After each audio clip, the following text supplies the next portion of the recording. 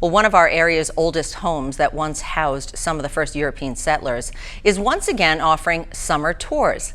News 19's Danny Smith and photographer Crystal Flintrop give us a peek inside.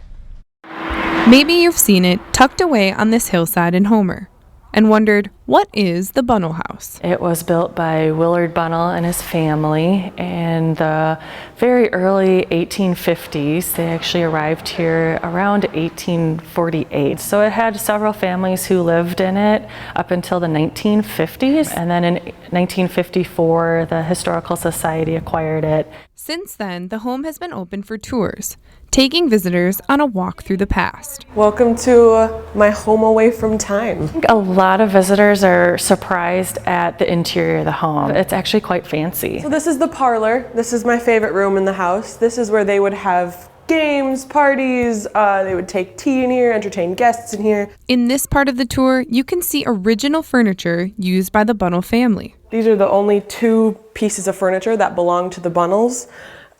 They were a wedding present to one of the daughters. One of the many things that visitors at the Bunnell House can do is play this square grand piano, thought to be the first in Winona. It's such, I think, a nostalgic attraction and really represents so much of the history of the area. Winona was very much settled around the river, of course, with steamboats coming in. And steamboat captains, fur trappers, and other first frontiers all stayed at the Bunnell House, at the same time developing a huge lumber and wheat industry here. I think people came for the lumber industry, and it brought a lot of the German Poles and to work here in town, and that still shows in Winona today. This little shack near the shore is where he would chop and sell wood to steamboats for fuel.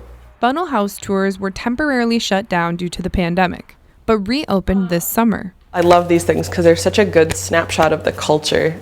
The hour-long tour takes visitors through all 3 floors of the home, and we're only giving you a sneak peek of one.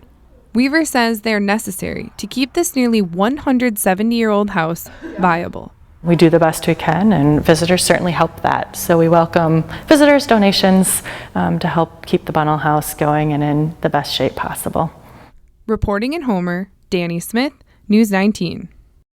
Now, there's no documentation to prove when exactly the Bunnell House was built in Homer, but we do know it served as the first post office in that area. So if you'd like the full Bunnell House experience, those tours happen every Friday and Saturday from 10 in the morning until 4 p.m. through August.